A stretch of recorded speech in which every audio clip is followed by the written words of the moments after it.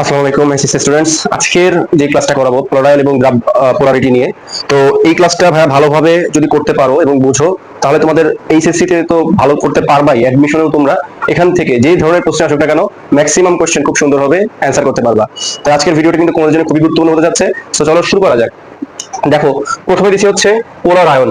এখন কথা হচ্ছে ভাই, পোলার আয়ন এটা কি? পোলার আয়নটা খুব সহজভাবে যদি আমি বলি, এখানে আমি লিখে রাখছি যদিও, যে তোমার আয়নিক যৌগ, এটার সমযোজী বৈশিষ্ট্য।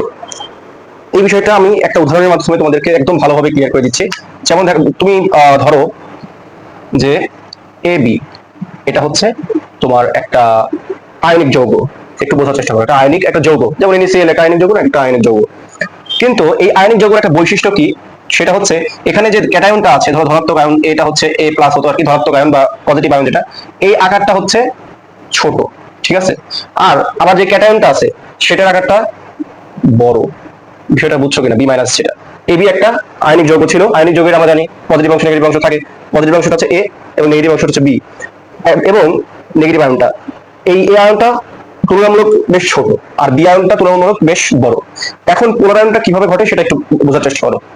দেখো, তোমার পোলার আয়নের ক্ষেত্রে দেখা যায় এই যে একটা সমযোজী যৌগ, এই সমযোজী যৌগের বৈশিষ্ট্য অনুযায়ী তোমার এই যে ক্যাটায়নটা থাকে আর কি এ, এই এটা কিন্তু স্বাভাবিকভাবে ইলেকট্রন তোমার ছেড়ে দেয়, ঠিক আছে। ইলেকট্রন কিন্তু স্বাভাবিকভাবে ছেড়ে দেয় এবং এ প্লাসে পরিণত হয়, অর্থাৎ সে একটা ইলেকট্রন ছেড়ে দিবে, সে একটা ইলেকট্রন এই বিটাকে দিয়ে দিবে, ঠিক আছে। একটা ইলেকট্রন ধরো বিটাকে দিয়ে দিল। এখন ভাইয়া এইগুলো বোঝো যে এই ইলেকট্রনটা তোমার কক্ষপথের চারদিকে আমরা জানি ঘোরে। এখন তোমরা যখন দেখো যে তোমরা যখন বাসায় ফ্যানের বাতাস দেখো না, তোমরা যখন ফ্যানটা চালু থাকে বাসায়, তো ওই চালু থাকা অবস্থায় তোমরা কি ফ্যানের পাখা গুনতে পারো? গুনতে পারো না। কেন? কারণ ফ্যানটা তখন অনেক জোরে ঘোরে। তো কক্ষপথের চারদিকে ইলেকট্রনটা কিন্তু মোটামুটি ভালো একটা স্পিডে ঘোরে। ওই স্পিডে ঘোরার কারণে কি হয়? হ্যাঁ, এখানে তোমার আমি একটু সবুজ কালার ইউজ করি, সবুজ কালার বোঝা যাবে আর কি সুবিধার জন্য। যখন মানে ভালোভাবে অনেক জোরে স্পিডে ঘুরতে থাকে, তখন দেখা যায় যে ভাই এখানে একটা এই যে এরকম একটা মানে বোঝা যায় না, স্পষ্ট হবে ইলেকট্রন মনে করা নির্দিষ্ট থাকে, কিন্তু এখানে একটা মানে বলয়ের মতো বা একটা মেঘের মতো সৃষ্টি হয়, যেটাকে ইলেকট্রন মেঘ বলা হয়। দ্রুত ঘোরার কারণে নির্দিষ্ট ইলেকট্রন সংখ্যা নির্দিষ্ট থাকে, কিন্তু দ্রুত ঘোরার কারণে একটা মেঘের মতো একটা বলয়ের সৃষ্টি হয়।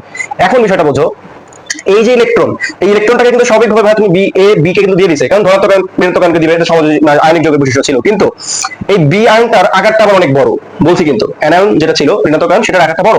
বড় হওয়ার কারণে কি আমরা জানি যে আমাদের কক্ষপথের সাথে শেষ কক্ষপথে থেকে তোমার যে এসে যে দূরত্বটা, এই যে কেন্দ্রীয় নিউক্লিয়াসের দূরত্ব, ধরো এটার ক্ষেত্রে আমি R1 ধরলাম, আর এটার ক্ষেত্রে ধরো R2 ধরলাম, এই যে দূরত্ব, ঠিক আছে, কেন্দ্রীয় নিউক্লিয়াসের ক্ষেত্রে একটু বোঝাচ্ছি কিনা জানি না। আচ্ছা ঠিক আছে, ধরো একটু বাইরে লিখলাম, ঠিক আছে। এটা ধরো মানে এটা হচ্ছে শেষ কক্ষপথ থেকে কেন্দ্রীয় নিউক্লিয়াসের দূরত্ব হচ্ছে R2, আর এটার ক্ষেত্রে শেষ কক্ষপথ থেকে কেন্দ্রীয় নিউক্লিয়াসের দূরত্ব হচ্ছে R1। এখন এখানে তুমি বুঝতেই পারছো ভাই, অবশ্যই এই R1টা এটা অবশ্যই বড় হচ্ছে R2 তুলনায়। কেন? কারণ এই যৌগে আমি বলছি বি যৌগটা অ্যানায়ন এবং এটা অনেক বড়, আর এটা হচ্ছে ছোট হওয়ার কারণে এটা দূরত্বটা স্বাভাবিক কম। এখন তুমি একটা জিনিস বোঝো, তোমাদের কুলম্বের একটা সূত্র ছিল ফিজিক্সে, F ইকুয়াল টু, আমি এখানে কে দিচ্ছি, কি Q1 Q2 by R square. তার মানে কি, যে ভাইয়া দূরত্বের সাথে বলের সম্পর্ক হচ্ছে ব্যস্তানুপাতিক, বর্গের ব্যস্তানুপাতিক। তো তার মানে মূল কথা হচ্ছে এটা, যে তোমার এই যে বাইরের এখানে দূরত্ব বেশি হওয়ার কারণে এই ইলেকট্রনটার প্রতি এই বি যে আয়নটা ছিল, তার শক্তি বা ফোর্সটা বা বল যে টানার যে বিষয়টা, যে নিউক্লিয়াসে টানবে, সেটা কম। কার তুলনায়? অবশ্যই এর তুলনায়।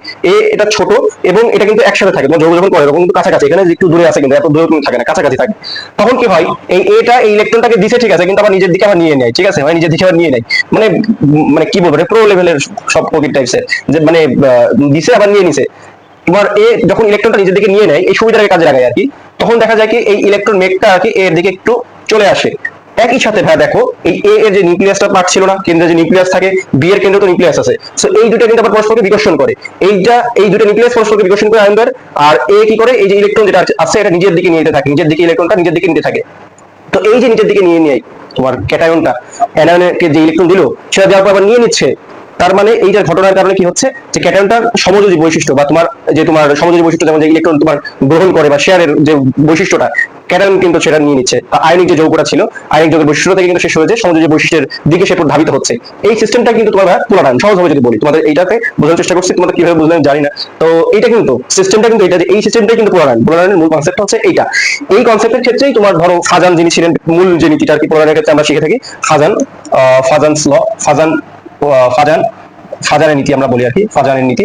সে ফাজান আর কি, তিনি জাস্ট এই পোলার আয়নের ক্ষেত্রে ব্যাখ্যা করার জন্য যে কারা কারা কারা এই পোলার আয়নটা দিবে, কাদের জন্য প্রযোজ্য হবে, সেটা তিনি বলছেন, এবং তিনটা ল দিয়েছেন। তোমরা এটা হয় সবাই জানো। এক নাম্বার যেটা আর কি তিনি দিয়েছেন, যে তোমার anion, anion and cation, anion এবং ক্যাটায়ন উভয়ের চার্জ বেশি, যাদের যে সকল যৌগে অ্যানায়ন এবং ক্যাটায়ন উভয়ের চার্জ বেশি তাদের হচ্ছে এই যে তোমার ফাদার নীতি অনুযায়ী পোলারায়ন বৈশিষ্ট্য দেখাবে। তারপরে যে সকল যৌগর তোমার ক্যাটায়নের আকারে যে এই বৈশিষ্ট্য যেটা আমরা দেখলাম আর কি, ঠিক আছে, মানে একদম এখানে যেটা দেখাইছি এটা হচ্ছে দেখাইছি যেটা তোমাদেরকে, যে তোমাদের ক্যাটায়নের আকার ছোট এবং অ্যানায়নের আকার বড়, এটা তোমাদের আশা করি মাথায় ভালোভাবে ঢুকে থাকবে, কারণ এটা আমি করছি, ঠিক আছে। অ্যানায়নের আকার বড়, যেমন এই যে এই উদাহরণটা দিচ্ছি তোমাদেরকে।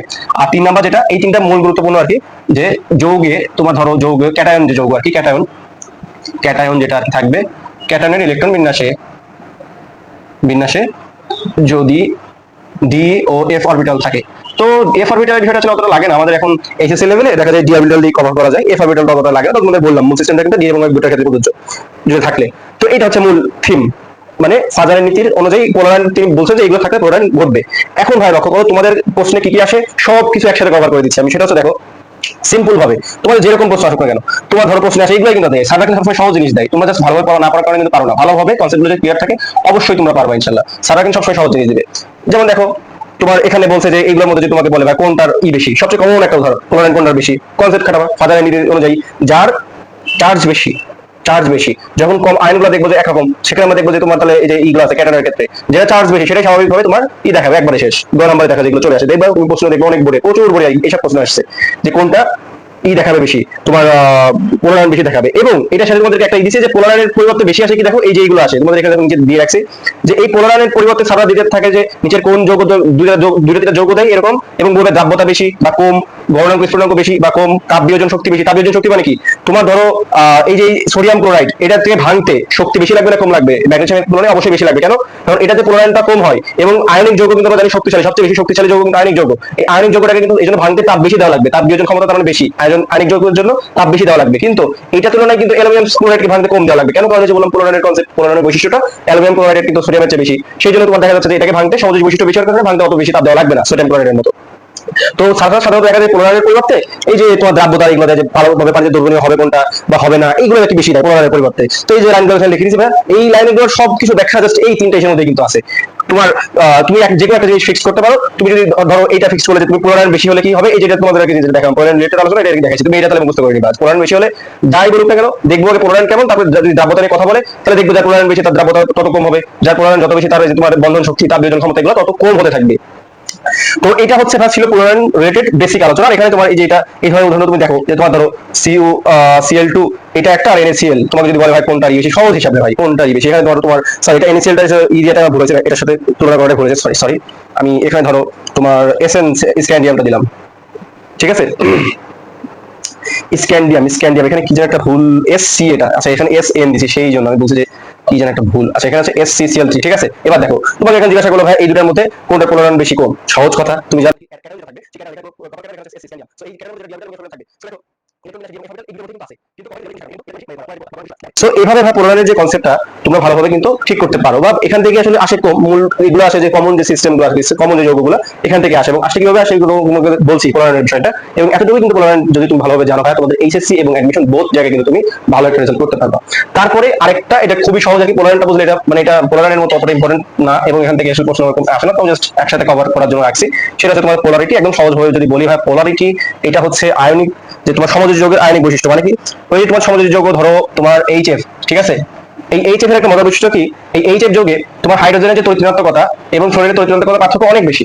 ফ্লোরিনের কিন্তু ম্যাক্স সর্বোচ্চ তড়িৎ-ঋণাত্মকতা সবচেয়ে বেশি, ফ্লোরিনের 4, আর হাইড্রোজেনের এখানে 1.9 প্রায় 2 বলতে পারো, প্রায় 2 বলা যায়।